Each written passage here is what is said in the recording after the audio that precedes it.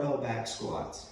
For this exercise, I'm going to start by making sure that the barbell is set on a rack that's high enough for me. That's usually right below your collarbone at shoulder height. Some people might prefer a little lower, some people might prefer a little higher. I find that this is right because when you go to rack the weight back out, you won't have to do a calf raise up onto your tiptoes. You should be able to just walk it in, squat down slightly and let it rest on the rack. I'm gonna go one thumb width out from the knurling on the bar with my thumbs, and that's gonna keep my hands nice and even. Once I've got my hands placed on the bar, I'm gonna bring myself underneath, squeezing my traps through my upper back to create a shelf. And I'm gonna find just that right position and stand up and step out and away from the rack. If you take a look behind me, you're gonna notice that my barbell is setting directly on my traps. There's a nice little shelf that they create there. Some people like to do what's called low bar squats, which requires a slightly wider grip and allows the barbell to set on their deltoids, but I've always preferred to create a good shelf with my traps and let that barbell set right there.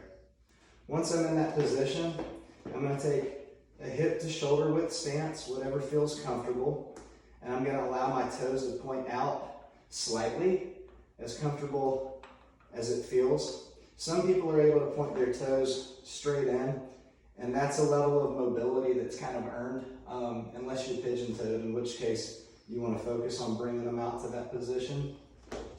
But once you set up in your squat stance, slightly wider than hip width position, toes pointed out as is comfortable, you're going to break with your hips and let your knees move out into this power position. You're bracing your core through this movement, pulling your belly button in tight towards your backbone and squeezing your core so that you're braced and the weight is not putting any stress or strain on your lower back. Once I've broken my hips and my knees have moved out and I'm in this power position, I'm going to focus on pushing my knees out, dropping my butt straight to the ground until I hit that full depth, and then pressing the ground apart to come back up.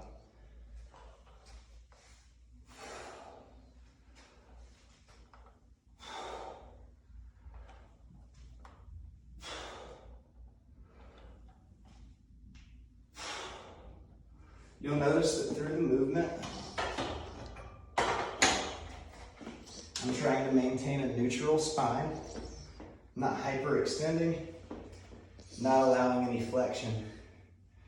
People tend to have butt wink when their ankle mobility is limited. I'm guilty of this. If you watch my hips, as I go down into the squat at the bottom, they tuck underneath me. You can very easily prevent that by just monitoring your depth.